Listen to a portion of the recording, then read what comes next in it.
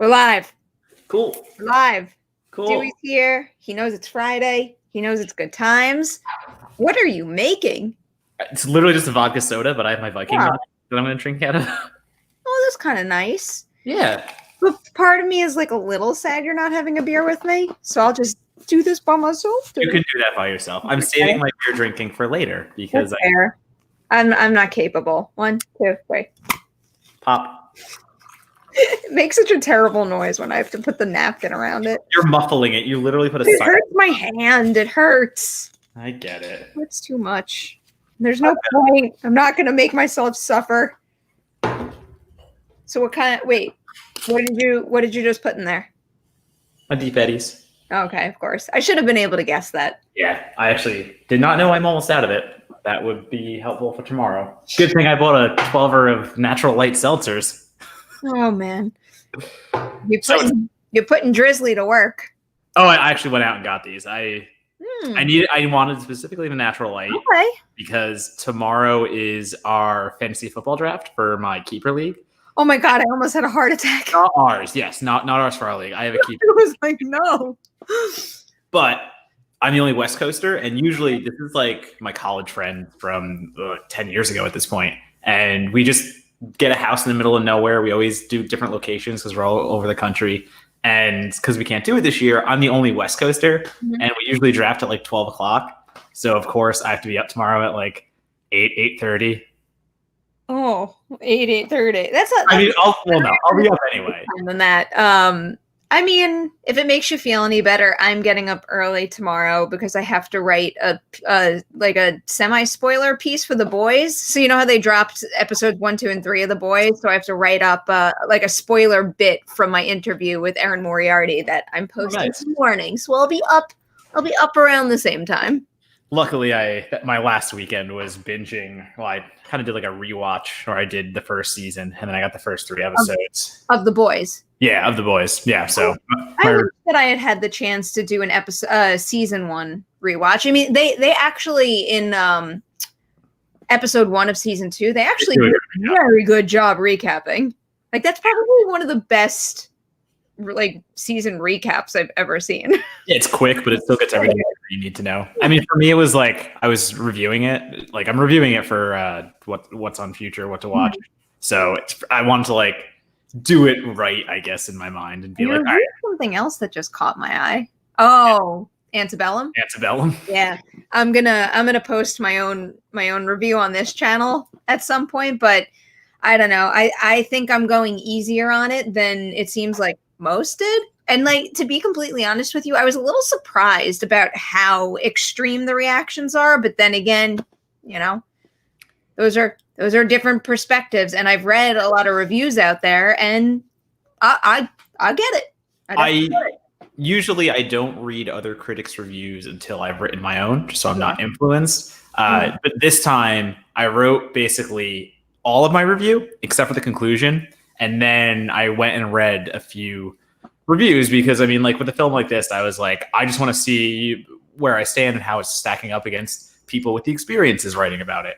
And it was, I was curious to see how it would play, how my words would come out. And I was happy to see that, like, at least what I was writing about wasn't just my own hang up, I guess I would call it, my own interpretation. Like, it was shared by a lot of critics in that community. And so I was able to like even link a few reviews to be like, listen, you can read my review about it, but like, here's another review that you should take to heart about it, blah, blah, blah. Like, yeah. I did that. I just haven't had the chance to edit the thing yet, but I recorded it and I basically like said as much at the end of it. And, you know, I think the biggest bummer of it is that it's like such a big missed opportunity to add to the conversation, and it doesn't.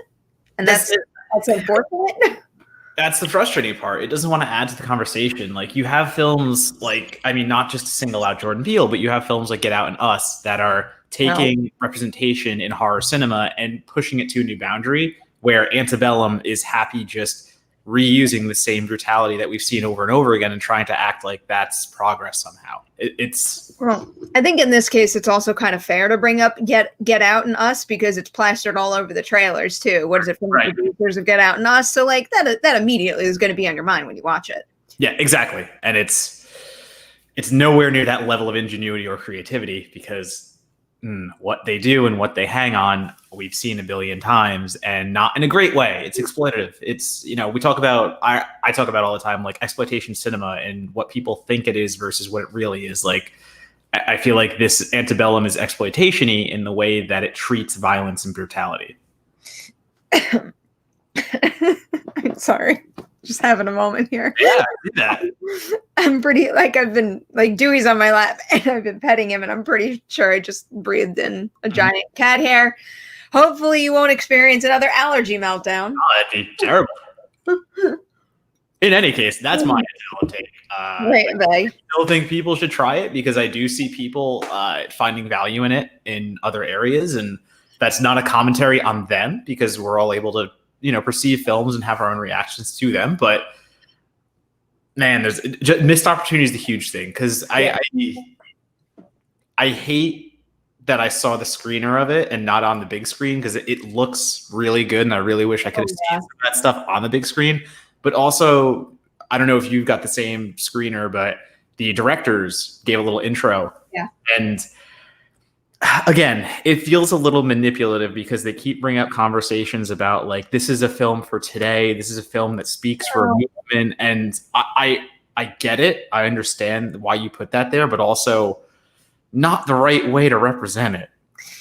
I was thinking about that when I got the screener and I watched it. And, then I started to think about what happens when we see early screeners in person. And every once in a while, there is a filmmaker intro. So I gave him a pass on that. But that was definitely a very thought out.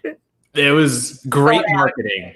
Whoever's marketing this is doing a very good job because they're saying all the right things between like the little promotion of like, this is the biggest movie to hit. And like it is, it's kind of a big deal that it hit VOD and stuff like that. But now I know why it was one of the first ones to hit VOD. Haley and I did a wishing hour with Bush and Renz that's going to be dropping the day of release. And I mean, they're super cool guys. And, even though I think the movie is getting, largely ripped to shreds right now, I do think there's a lot in it that speaks to, their ability and their passion. And I still can't wait to see what they do next. Absolutely. That can be true. Like I said, the cinematography, there are some shots in there that like, no spoilers. There's still like 3 weeks until it comes out, obviously, but those shots are really, really well done. I wish they were very well done. I wish they were more impactful for what it should be. But the in the movie is also the score is great too. Oh, so good. Like that, I think is going to be one of the big standouts. And you know what, Andrew? How do you waste Janelle Monáe? You don't waste her because she could do anything. She could do anything with any material and make it come to life. She is wasted. I think wasted is taking it to an extreme. I definitely think they could have done more with that role, but I think what Janelle Monáe brings to the movie is just like peak performance from exactly. No. But I think that's why it's wasted because she's great in it. She is great in it. It's wasted because her outside of this film is so pro-activist and like the things she says and what she does for that kind of movement is fantastic. Her character here has none of her outside qualities. I don't. No, I beg to differ. It's just like I found that some of that character worked. There was a disconnect for me that kind of, ruined the end of the movie in a sense. But I still think she wasted to me means like that character flat out sucked. Nothing about it worked. I think that character has moments that work. And I think the fact that Janelle Monáe is exceptional also make it work even better. No, that's fair. Again, totally fair. I didn't connect on a few things. You're right. I'm not knocking the entire character. I don't like operating in like definitive extremes. It's like I always try to avoid the word hate because that feels like so clearly bottom of the barrel, and that should be saved for things that like I legit like hate. Yeah, agreed. I didn't say hate. Murders. Oh, Happy Time Murders, I do hate. Also, I've seen some things I hate, and they deserve it. I mean, the horror movies. I mean, we've all seen things we have genuinely hate, and there's some evil people out there we genuinely hate. But I try to just use that word when it's really earned. Yeah, and that's why I didn't use hate like to just describe her performance either, because I agree with you. She is, no matter what she does, she is just. I love when she has the scene where she walks out in the dress before dinner and she just kills it. Like her little quip that she does. We need to stop talking about it because we can't really say anything. Enough Antebellum. We'll get there. I Maybe know. when the movie comes out, we'll talk spoilers. Did I just like transmit my allergies to you through the? I had a little itch right there. Yeah, I'm like trying to. Not you. Don't worry about it. Haven't either of these two seen Tenet yet? It came out in the U.S. No, because it's not playing drive-ins, and none of us are going to a movie theater on this. I was maybe going to go to a drive-in this weekend with my family, and we looked up where New Mutants was playing, and the only theater that was like within a reasonable distance was completely sold out. But it was playing in a couple other places. But like most of these drive-ins are, they're like 60, 70 plus miles outside of New York City. It's not like I can just go down the road and check out a movie. I have to like spend time watching the movie and spend like the same amount of time driving back and forth to that movie. Yeah, and if you were in LA, you could just go to the Rose Bowl. I mean, they're doing the one out there. But yeah, I agree. I might be back sooner than you think. This is true. But yeah, neither of us have seen it, Euro Domains, because neither of us are getting in a goddamn movie theater right now. Yeah. I mean, we went through this last week, but I don't know. Like, I guess we're just rehashing the same conversation. It's up to you if you want to go. And I hope if you do go, you're keeping yourself safe, the people around you safe, and also treating the theater employees with respect. But it's just like that kind of stuff. It's not for me yet. And to be completely honest, I might feel differently if I was still in LA and I wasn't living with my family. I mean, if I was to play it through, let's say I was in LA right now, living by myself in my apartment, I probably would have been one of those people who drove to Vegas and saw it and came home. Okay. I think I care more about the people around me than I do myself. You should probably care about yourself just as much. I do. I would have done it. You just said you drive to Vegas to see. I would have done it carefully, and I would have worn my mask and all that. Uh-huh. But I don't know, like the temptation. But then you would have done it, and then you would have been going crazy afterwards. Okay. So to put into perspective how little I value myself compared to my family, I might have been worried. It might have been on my mind that, I wonder if I got something. But if I were to do the same thing in New York while I'm living with my family, that would have put me in a panic, kept me up all night. Like I legit would not have slept for 2 weeks if I had seen Tenet. Yeah, and that's not worth it to me. And I think you might have reacted similarly even after seeing it and going back to LA. You never know. But hypothetically playing it through, I would have been worrying less alone than with other people. Yeah, I'm not ready for any of it yet. And I mean, okay, so we can use this as a transition. Yes. If you would like to. That I would. So there has been some more, sadly, COVID news in the film industry. Two main stories we want to focus on right now. One of them being the news dropping that Dwayne Johnson and his family all tested positive for COVID. And based on what I've seen online, they went through it and they have come out the other side and they're all doing better. And I'm very, very grateful to hear that and only sending them positive vibes and hope that they're 100% very soon. The other big thing is that the Batman has shut down production. And there were some conflicting reports today. So initially when the news broke, it was that they were shutting down because someone on the set tested positive. Turns out that someone reportedly is Robert Pattinson. And then I think Variety reported something that the Daily Mail said about shooting having resumed, but without Pattinson. Apparently that was not the case, and they've since corrected the story. Production on the Batman continues to be on pause after Robert Pattinson tested positive for COVID-19 this week, according to a source with knowledge of the situation. I think there's still some limited set construction type work happening, but they are not filming the movie anymore because of what happened, and they shouldn't be. I mean, just think. I guess other than maybe a director, who would have more contact with more crew members than the lead of your movie? No one. Man, I hope he's okay. This report says that they don't know if he's got symptoms or he's asymptomatic, and I just hope that he is okay and anybody else who might have contracted it, hopefully no one, is also okay. That is what matters more so than anything. But I don't know. With all the breaking news with this stuff lately, I don't think starting up production is smart. I didn't think it was smart before, and I think it's just being proven that it's not smart now.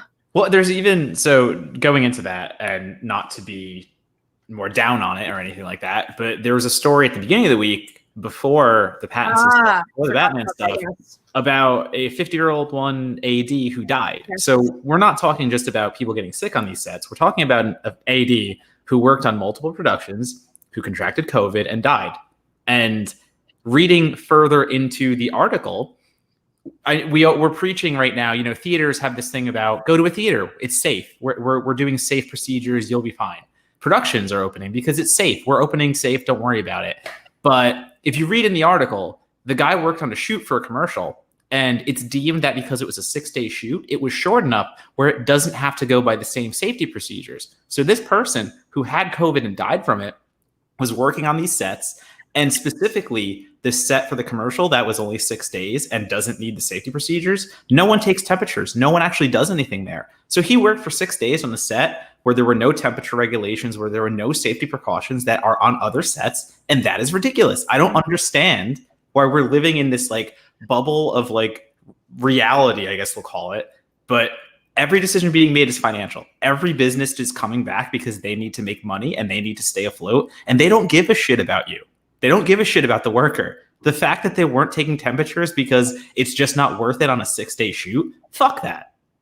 Yeah, no, I mean, I couldn't agree more. Everybody should be taking, whether it's mandated or not, every precaution imaginable. And, you know, the only thing I'll kind of like pull back on there is I don't think the corporations and like the big wig executives care about your health. They care about the money in their future, their business. But I will say that some of the employees who really do need this money to, you know, maintain, you know, like keep a roof over their head and put food on the table. I think a lot of those people out there are really going back to work with the best possible intentions. But also the reality of the situation is sometimes they're not given the resources to actually keep people safe. And it's not their fault, but they want to keep people safe. Yeah, and that's total agreement. Yeah, when I said corporations, I do mean I mean these things are reopening, you know. Again, we're reopening theaters because theaters will die if we don't. We're not reopening them because it's now okay. It's now fine to go out and back to them. Like, no, the pandemic is still happening. It is a risk to go to a theater. It is a risk to go to work. All of these things are happening, and we're going back to work because we have to. And there was no bailout. There was no kind of help from the government. And all we got was like a kick in the ass going, yeah, just go back to work. You'll get sick. You get sick. Yeah. That's the reality of it. It's like it's frustrating and it's upsetting, and I don't know. We're like talking about this nonstop, but it's because it's like turned into such an ongoing issue when, you know, as like it almost feels like there's no point in saying this because it's not the reality. But it's like if I were in charge of the world, like I would have just shut down everything, like everything until we eradicated it. Like, just think if we would have just been locked down for, who knows, maybe even just like a couple weeks longer, if masks were implemented sooner, like just, you know, like whether or not we could have just like killed this thing dead right then and there. Like, even if you just look at how many lives you could have saved by pushing back lockdown, even a week or a couple more people wearing masks. It's just, I don't know. There's so many things we very clearly could have been doing that many just ignore. It's just so frustrating. Like, we don't have to be like this anymore, but we do because of the way certain people behave. Do you think I want to keep talking about this shit? Do you think I want to keep talking about, like, I'm sick of it? Yeah, no, I really would love to talk about more fun things. I would love to talk about new casting on the Scream movie and things of that nature, but we cannot, because this keeps developing. As you said, this isn't just a one-off. Things reopen. Now things are happening.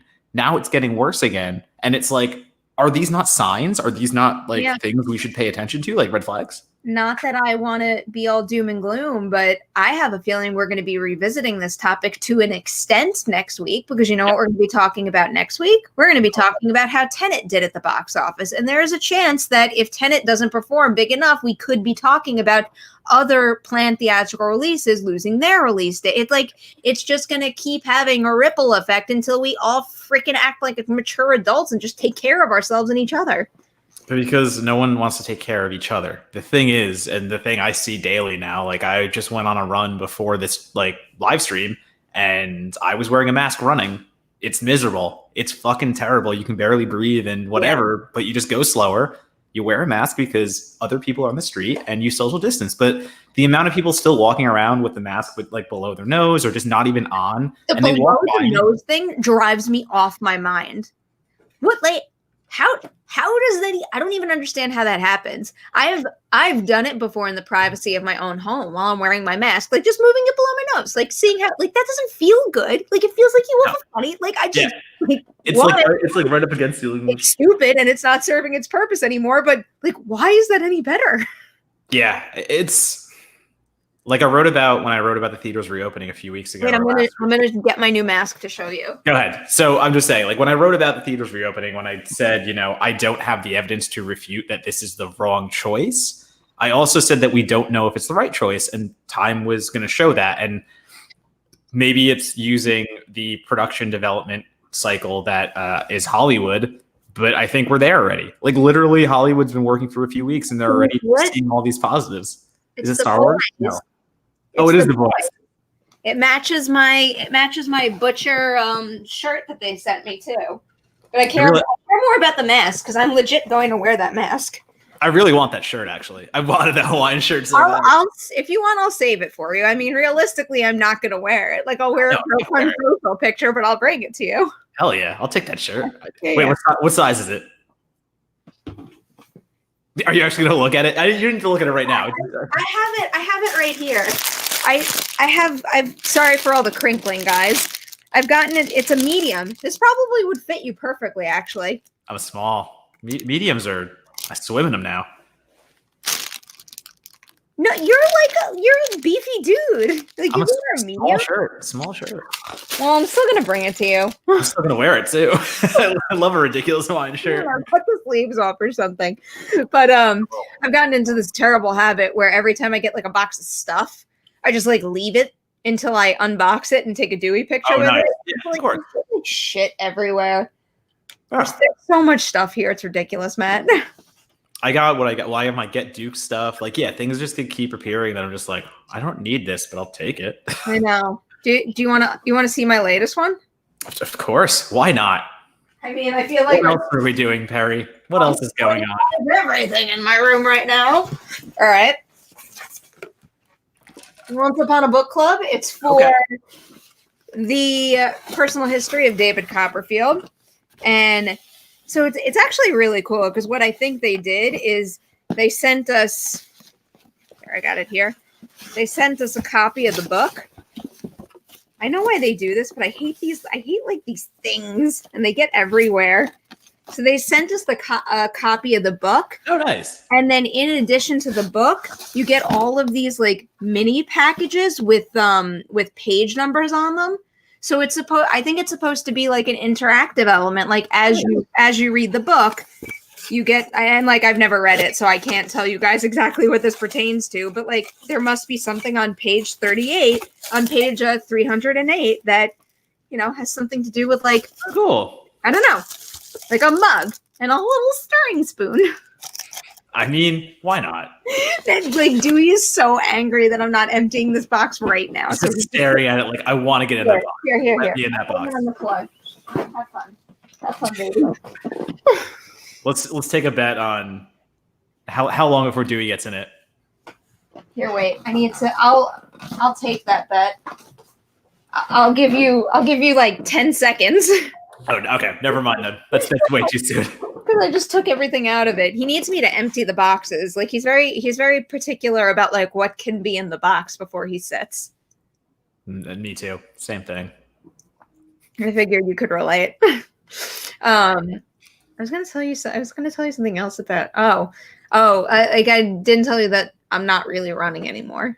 And it makes me sad. Because you have to rehab. Be smart. Don't be dumb. I think it might be more than that, though. Like, I think that, I don't know. I think I might be running, like, a little less after this. Oh, yeah, sorry, you only ran a marathon. Like, you kind of did pretty good, Perri. You kind of checked the... Like, the idea of doing that same motion and what it does to, like, your joints has gotten to my head. So, yeah, no, I get that. Even after the ankle issue heals up, I feel like I might, I don't know, maybe switch to running once a week and walking a little more, hiking maybe. Everyone gets activity their own way. I mean, like, I run because it's just in my blood. My dad was just like an insane runner his entire life, so like I just have that. Run? Yeah. Oh my God, he still does everything he still can. And how are his knees? He's had arthroscopic surgery on both knees. Okay. So, because of the extensive running, you think? Mm-hmm. Yeah. The amount of damage he put on his knees. That's what scares me. That really scares me. It's like, even though I got a good report on the ankle and it seems like it'll eventually be fine, like the fact that there's scar tissue there at all, like I don't know, like I don't want scar tissue on any of my joints. Like I want to be healthy and moving forever. I love running, so I'm going to keep doing it, but the amount I'm doing it, and especially now, like outside, I haven't been to a gym in about half a year at least at this point, and like I'm not going back to a gym soon. So it's like I'm just outside on the concrete sidewalks doing running, and I'm fine. Like, it doesn't really bother me right now, but I know my future is just going to be like arthroscopic surgeries and shit like that. Yeah, I don't want that. I don't want that. Because it's like when the doctor called me, he's like I'm I think he said hopeful or something. Like it'll be fine. But the fact that he even used the S word, like the surgery word, like he basically said it's not going to happen. But the fact that he said it at all just like really freaked me out, and I don't ever want that in my life, ever, ever, ever. Yeah, no, you should try to avoid surgery at all times. It's not a thing anyone should just go. Don't worry, I'm never going on a hike again. I'm never going on a hike again. I know you're not. As much as I enjoyed your company, this was not worth it. I'm quite aware. Don't worry.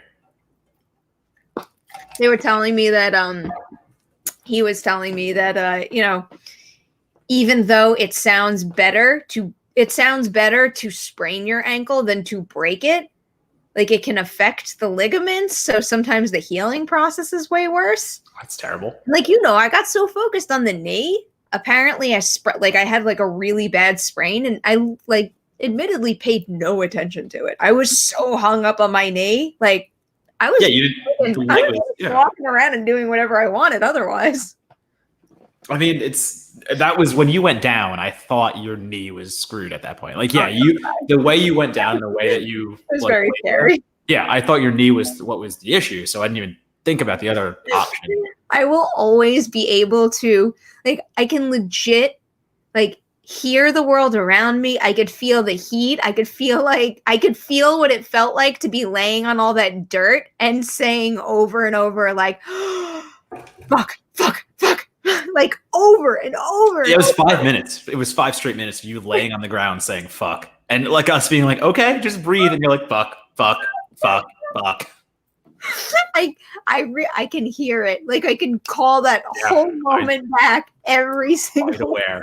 Oh, I know. But I can't remember shit from that night. No, as I can actually. That was one of the nights I do remember.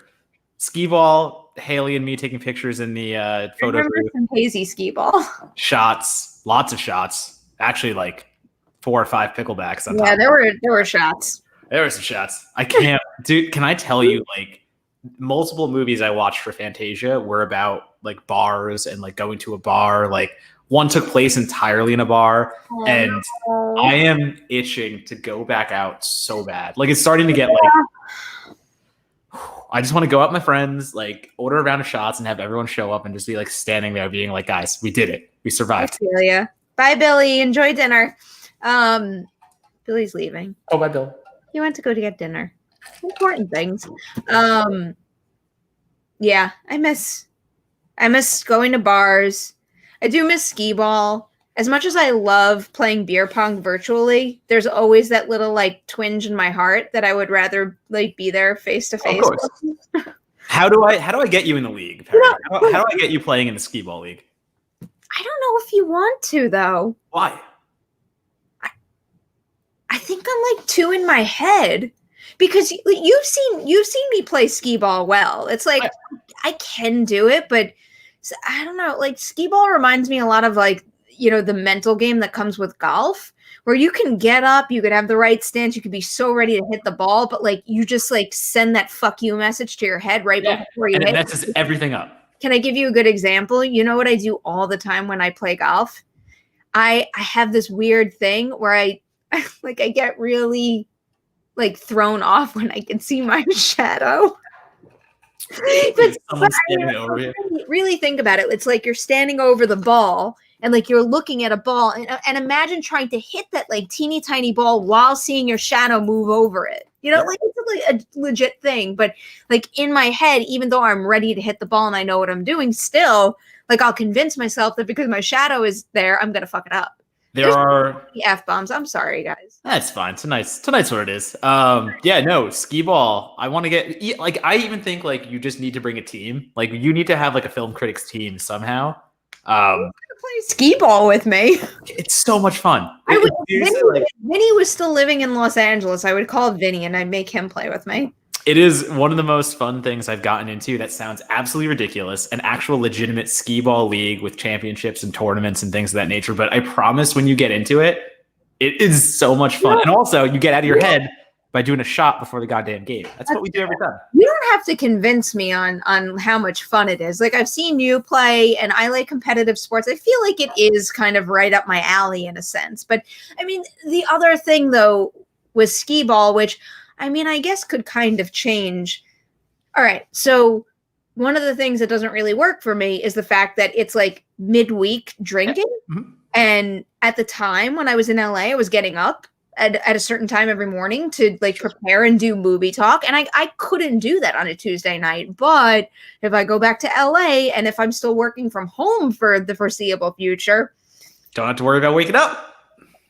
Well, no, I still have to worry about waking up, but it's like I don't have to worry about waking up super early, prepping, getting camera ready. I can like take a little bit of time with that. Or also, like we're not getting myself out of bed. Yeah, like we're not getting drunk during the week either. Like when I do skee ball, I go, I have a shot, I might have 2 beers, and then like that's a regular night of skee ball. You give my self-control too much credit. I will promise. If you do it with me, very hard time stopping myself. Well, then, so we just drink on a Tuesday. We don't drink on Friday. Like it's all that balance for me. It's like I give myself 2 nights a week, and if that's Tuesday and Saturday, if that's Tuesday and Friday, those are my nights. I need to get back to. So I'll give myself 2 nights a week, but I pretty much just give myself 1 right now. But like I will, if there's a reason, I'll give myself 2. Yeah. Like my quarantine this is different. routine has fallen into 1. We got Caleb in the house. What's up, Caleb? How you doing, man? You know Caleb, Matt. Yeah, Caleb's I see the Cowboys logo. He grabbed Zeke, first pick in the draft. I'm so ready. I can't wait to draft again. Yo, I need to do some research because, like I said, I got my draft tomorrow. I'm gonna do more show and tell. Hold on. Go do more show. I'm just saying. I'm not going very far. I did a fantasy draft a few days ago for my work league. It's kind of crumbly, but I'm prepping. You do. No, of course you have. Anything. It's color-coded. I see the color coding. Color-coded was what I want. I did a draft and literally I looked at the list and there were like multiple names I didn't even know. Like I'm so bad with who the rookies are, who I should be paying attention to. I know some of the rookies. I need to get better at that. I know I got the top rookie running back. That's like for the Chiefs. I got him, so I'm happy with that, but still. Oh, was he like a round 1 pick? Absolutely. He was my first pick in ninth position. Oh, wow. All right. No, that's a good get for 9. And then who else did you get? Tell me. I have no idea. I did get Deshaun. I got Deshaun. I got Kelsey. I got whatever that guy's name is, the running back. Pick up David Johnson. Something. Yeah. Yes. The 3. Yeah. It's a 3-prong name. Yeah. No. So I'm excited to have our 12-person film critic league and go. This is good. Have we settled on a draft time yet?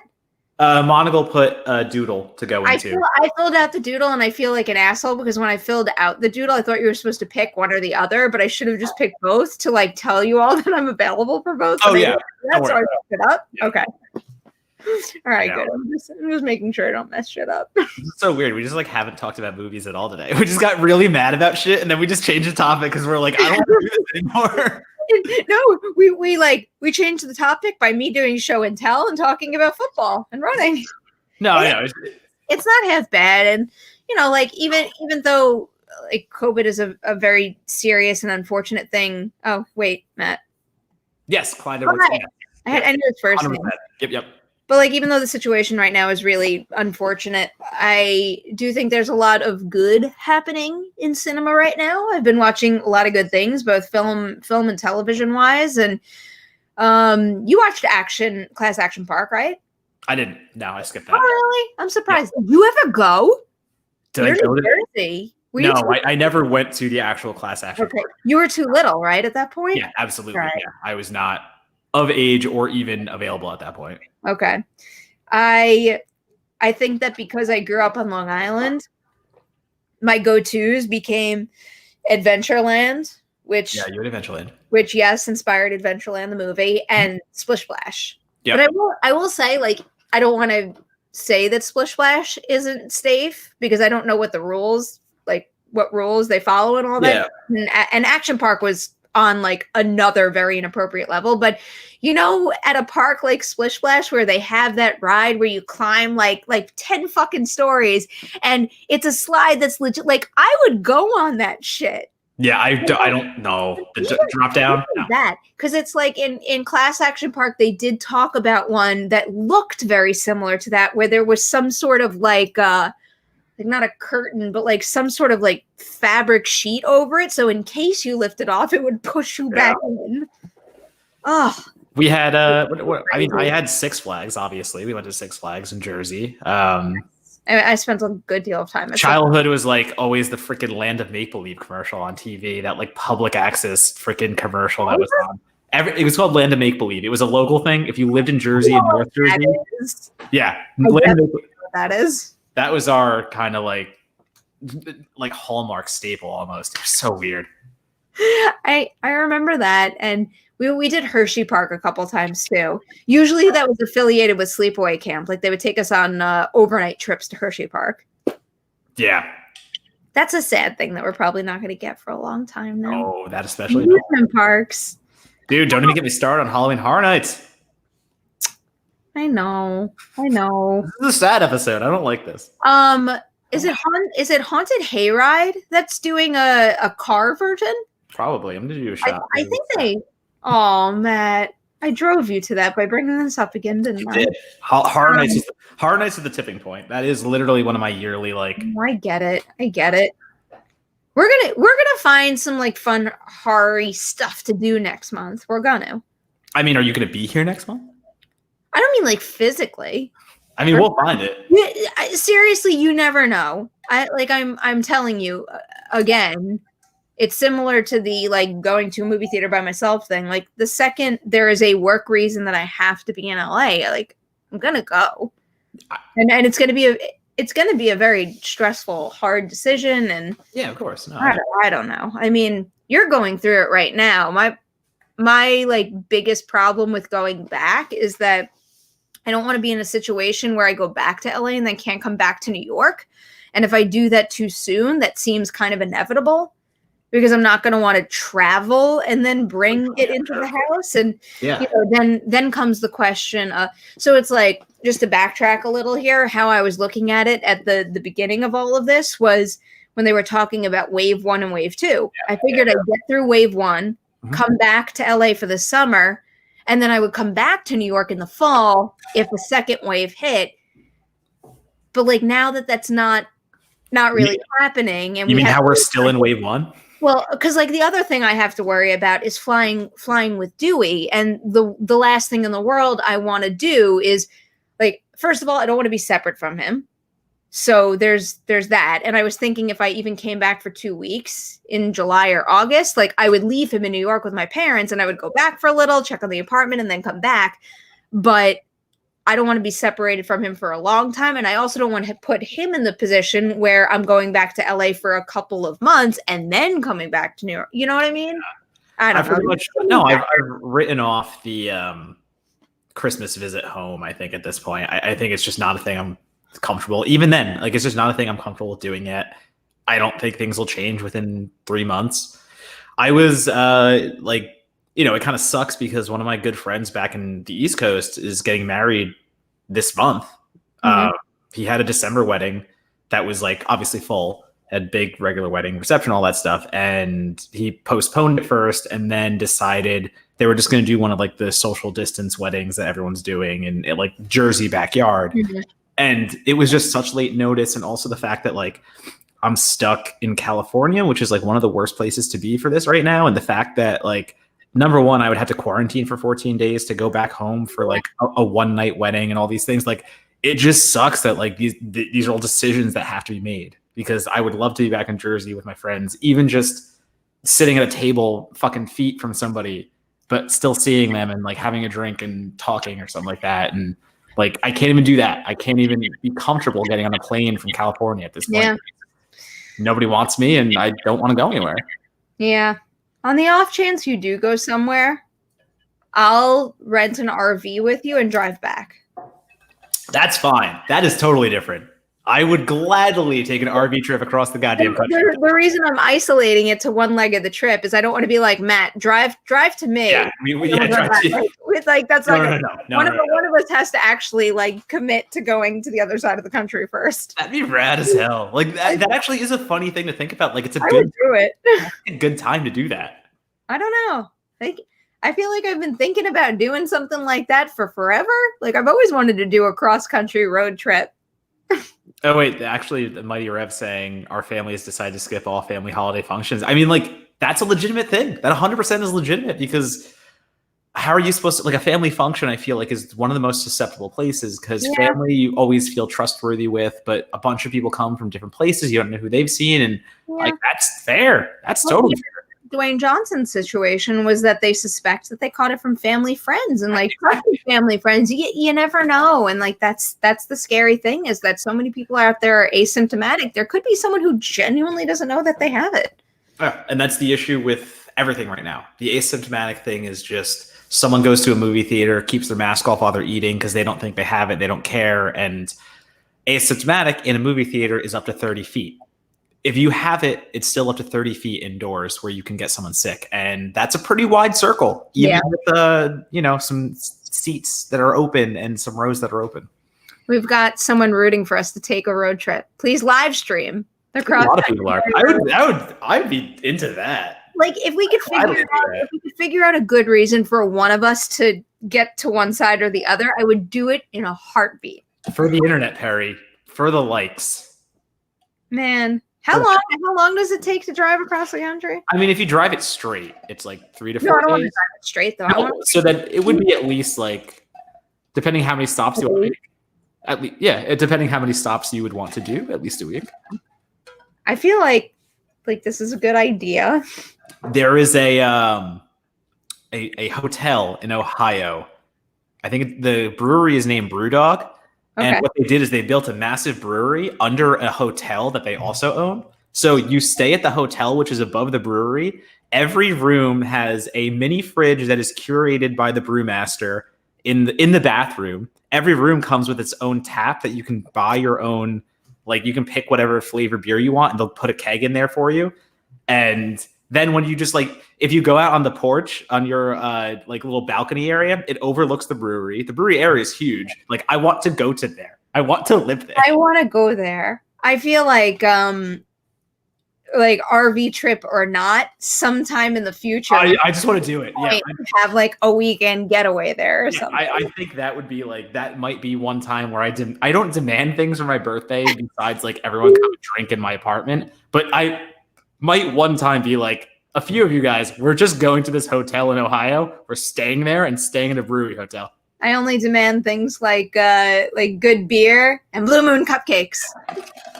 I can do those. I can do them better this time because I didn't like the frosting last time and I like the cupcake. So I would No, the frosting I would use my Fireball frosting recipe and use the Blue Moon cupcake recipe because that was like a nice orange cupcake. But then the Fireball buttercream I used is a lot better than what I did. Okay. Do you know who I convinced to get some Blue Moon? Mark Ellis texted me earlier this week, and he finally bought Blue Moon instead of Coors Light. And I feel like I No. I feel like I did a good deed. What do you mean? Don't say like I know you don't love me drinking Blue Moon all the time, but Blue Moon, Coors Light. Coors Light. I might fight you on that. I might fight you on is tasteless water. Yeah, but it depends what you're drinking for. Like, listen, when those mountains are blue.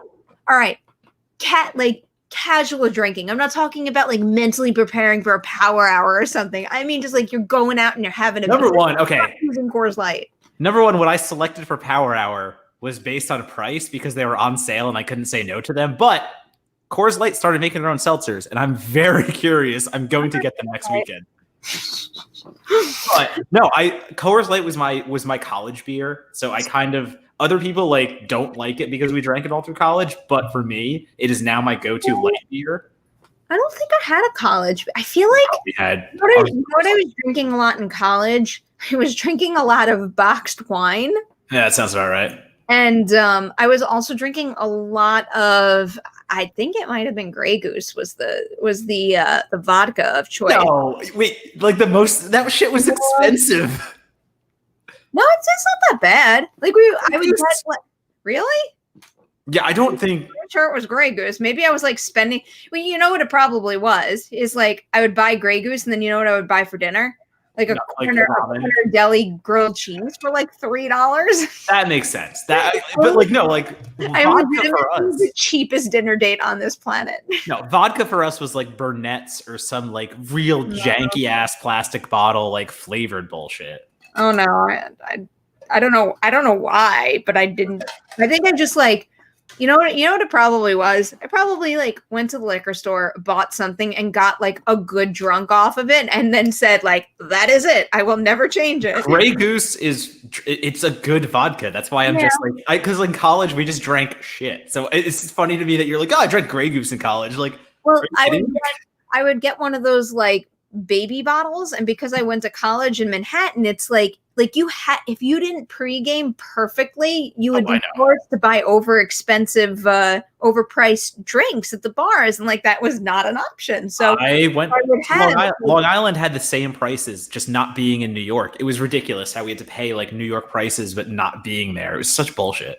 Yeah, it would. No, that was a lot. But like I would basically measure out the Grey Goose perfectly, so I only had to buy one drink when I went out, and I was still having a great time all night. All right, here's a reverse question. Usually the question is, what did you drink in college that you can't drink anymore?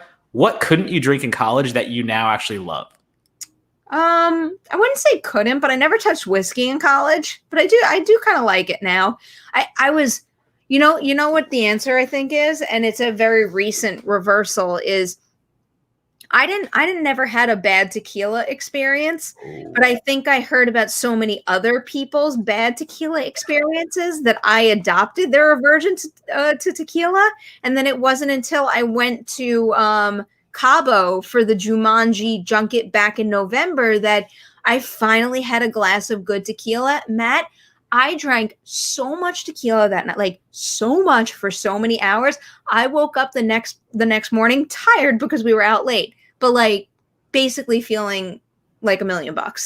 Yeah, because good tequila is the difference. Because when you think of tequila, you think of the cheap shit that just is and like when you have good stuff, like good mezcal or good tequila, it just changes your life. So I don't even know if we were drinking good shit, to be honest. We went out to those like I'm not a club person, but we went out to those clubs and we were there until like 4 or 5 in the morning, and that was so much fun though. That was for me it was oh wait, go ahead. Sorry. Just like that night was so like anti-me. It was just like a whole bunch of stuff that like I usually would never do, but I had so much fun.